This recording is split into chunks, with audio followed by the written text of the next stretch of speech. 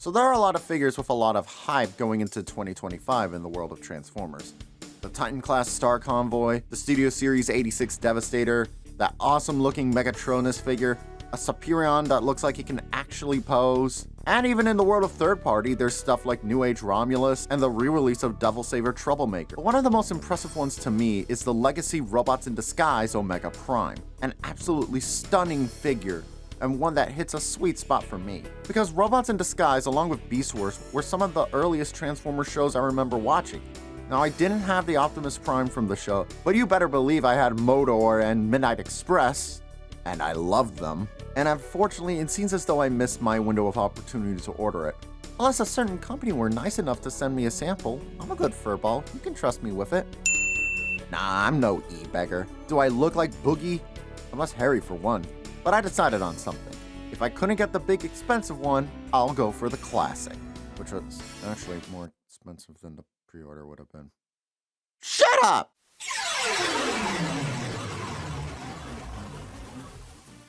So before we get to the figure itself, let's give an introduction to Robots in Disguise 2001.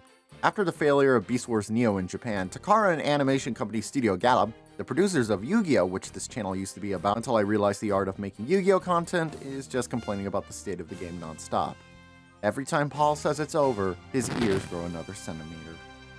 What was I talking about? Takara and Studio Gallup opted for a return to normalcy for Transformers. It was back on Earth, it was a lot less out there in tone, and was back to the Autobots being vehicles. Though most of the Decepticons stayed as cybernetic animals because hey, we have some Beast Wars B-listers we gotta get through. Despite being something of a budget effort, there were some nice surprises in there. We got some solid repaints, some re-releases of fan favorites, and some cool new original figures.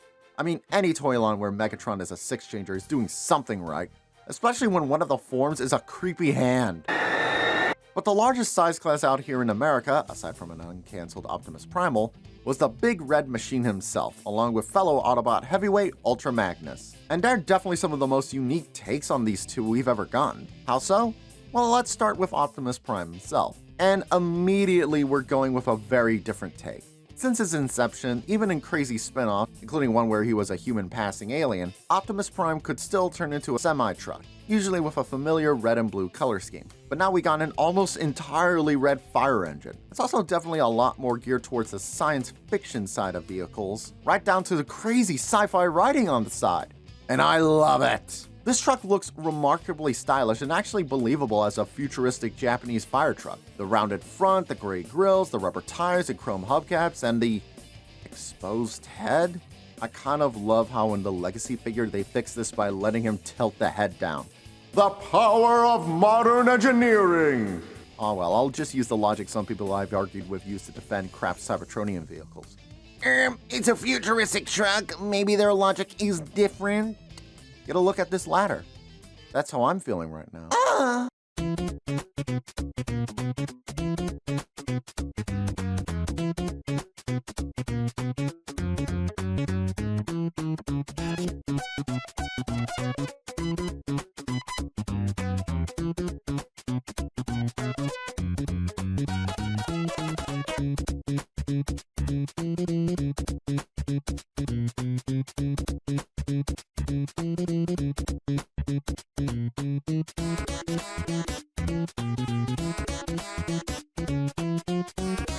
Transformation between fire engine and robot mode is pretty simple, which makes sense. RID 2001, not to be confused with RID 2015 or Transformers Prime RID 2012, because I love Hasbro's naming schemes, was aimed more at kids.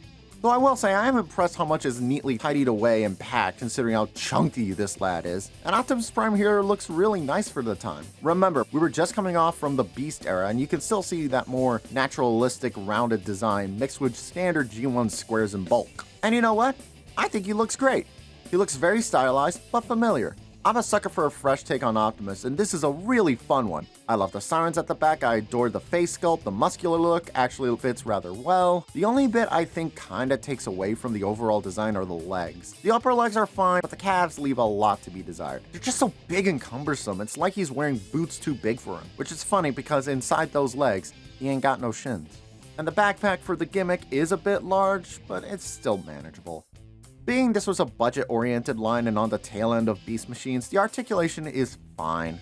You get a ball-jointed head, wrist turning 90 degrees elbow, rotatable arms, 180 degree shoulders, butterflying shoulders, waist pivot, full leg articulation, ball-jointed feet, and even an ab crunch? Did I say this articulation was only fine? This is incredible even today. This is an incredibly easy to pose, extremely flexible, and surprisingly stable figure, despite those chunky legs. And it does so with so much personality no matter what.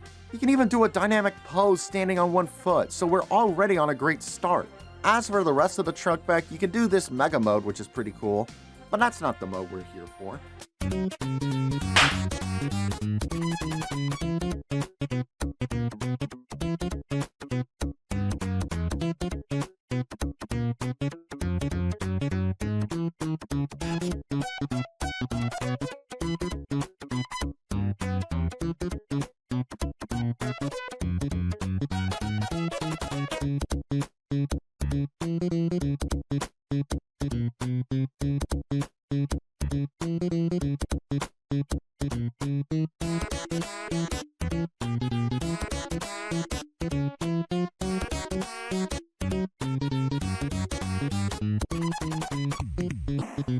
Now get a load of this! Optimus Prime has had plenty of super modes, some a lot bigger than this, some more complex, but this guy to me is the most visually interesting. Just the fact it's such a different design but still feels like Optimus is really cool to me.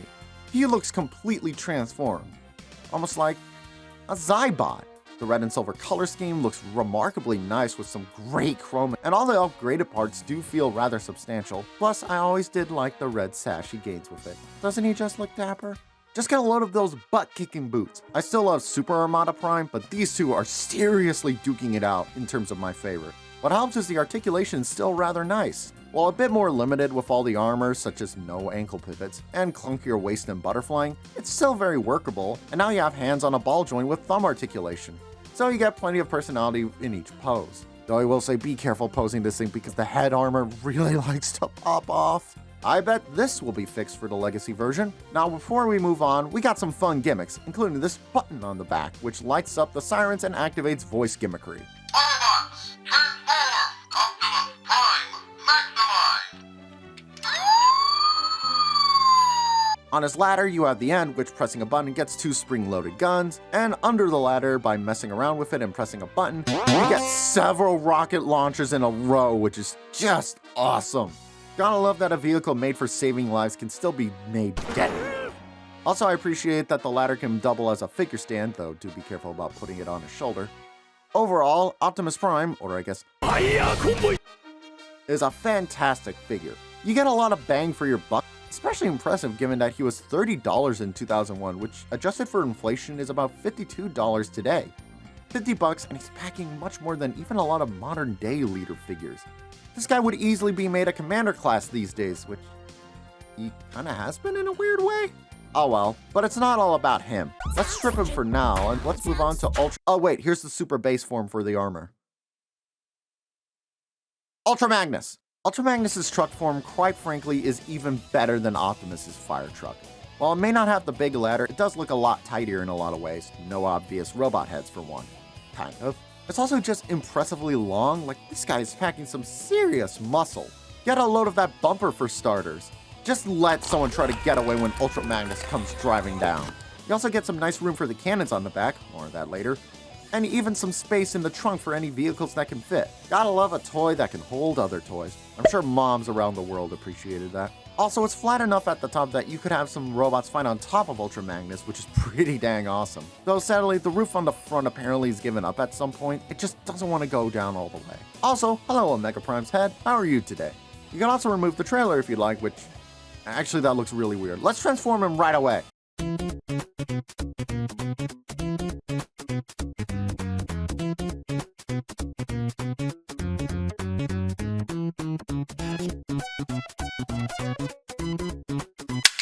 Ow!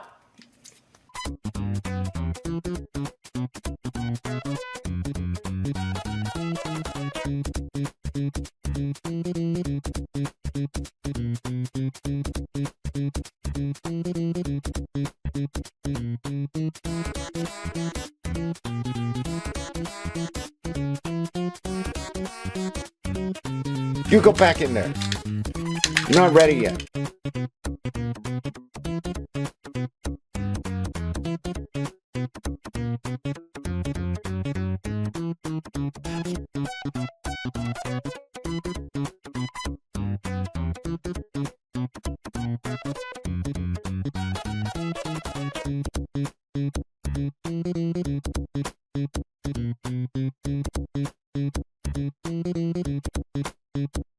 The transformation is alright. I don't know, it feels kind of awkward in parts. Like, I get the feeling the weight of the full Omega Prime transformation was going to be put on Ultra Magnus because there's a lot of awkward unlatching and bits of Omega Prime that try to latch off, while Mr. Face of the franchise gets a much cleaner transformation. And Ultra Magnus definitely had less polish time than Prime because there's a lot of empty space here. Like his head is on a diving board hanging above an empty body, his forearms are comically huge while the shoulders are so wimpy. You got all of this at the back while these legs, come on, that's like a Titan changer. And look at how long they are. God forbid a stiff breeze comes across Ultra Magnus.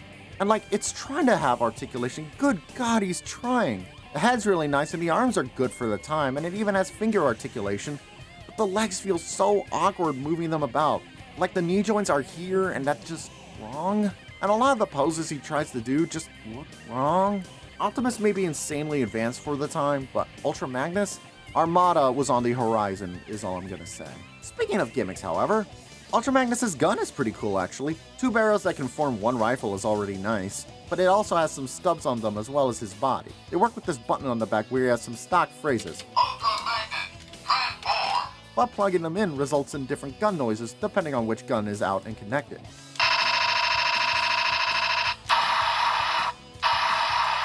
Not gonna lie, that's pretty dang awesome. But overall, Ultra Magnus doesn't fare nearly as well as Optimus. But then again, we all know what he's truly for. I think it's time.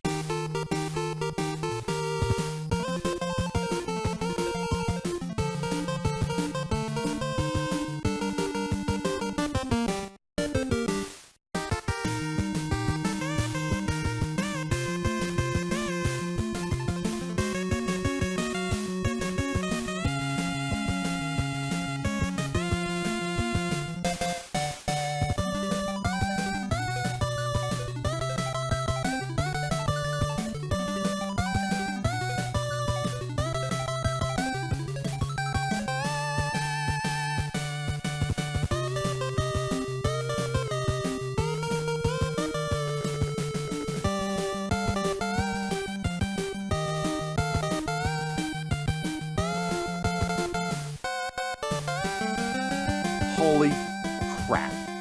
What a transformation. Look, it's big, it's cumbersome, but there's so much to love here. I love the way Ultra Magnus's legs form the ultimate butt-kicking boots. I love the way his body folds around. I especially love the fact they hold hands for the transformation. That just awakens the inner Fujoshi in me, just minus the domestic abuse. And the final result is just look at it. This is a gorgeous figure with incredible details and just all sorts of little touches. The wheels as shoulder pads, the giant glistening chest, the Autobot symbols ingrained in the circuitry of the arms, the wings. It all works. This is a big figure too. It's not the biggest height change for a super mode ever, but it feels like a big substantial change. Better be with 2 figures going for it. The missile blasting gimmick still works with new voice phrases, Optimus Prime, Ultra Magnus, combined! and the articulation is pretty dang good for a figure this size from the time. Remember, larger figures from this time were things like Ultra Night Scream or Supreme Cheetor. Here, he's a lot more stable with ankle pivots, amazing hand articulation, more arm and leg movement than most figures this size, and a waist pivot that you have to be careful with, but hey, it's there. And I'm just gonna say it, guys, this might be my favorite super mode for Optimus ever. If not possibly my favorite Optimus toy ever, though it's still tough to say. I have plenty of great Optimus toys, including a lot of super mode Optimuses, but this just has so much going for it. think it's because it's not just size going for it. It really tries to be the most functional Optimus toy in all three forms, which is highly commendable, and each one does feel like a drastic change compared to other Super Mode Optimuses I have from this time. Galaxy Mode Optimus from Cybertron is essentially just a jetpack and a hype boost, and still isn't as articulated as Omega Prime. He still rocks though. Energon Prime is cool, but it's still very limited and cumbersome in a lot of areas. And while the original Armada Prime has a height advantage and some extra gimmicks, it's essentially a glorified statue from the waist down. In fact, in regards to that, it's absolutely tragic looking back how this guy and Armada Prime just had a year's difference in America. And yet, Super Armada Prime feels like an absolute downgrade in every regard. Except the Commander class figure, that's still baller. And I still love Armada. My nostalgia trumps yours. Omega Prime feels like someone traveled back in time to the Beast era to try and make the absolute best Optimus Prime in Super Mode they could within the budget and technology of the time. I think that's why for the Legacy figure, a lot of the transformation remains the same. In fact, some parts are even simplified. Obviously, the joints and attachment methods are going to be much improved, but I think it shows how good the original toy was that the Legacy figure feels less like a reimagining like some Legacy figures, and more akin to a remake, just minus the electronics. And I mean that in the best possible way. Also, Legacy's Ultra Magnus doesn't look like Slender Man. RID 2001 Omega Prime is showing his age, but like a fine wine, I'm also intoxicated by him. I'm writing this at 1 a.m. But what about you? How do you feel about Omega Prime? What do you make of him? Also, what's your favorite Optimus Prime Super Mode? Let me know in the comments, and please subscribe.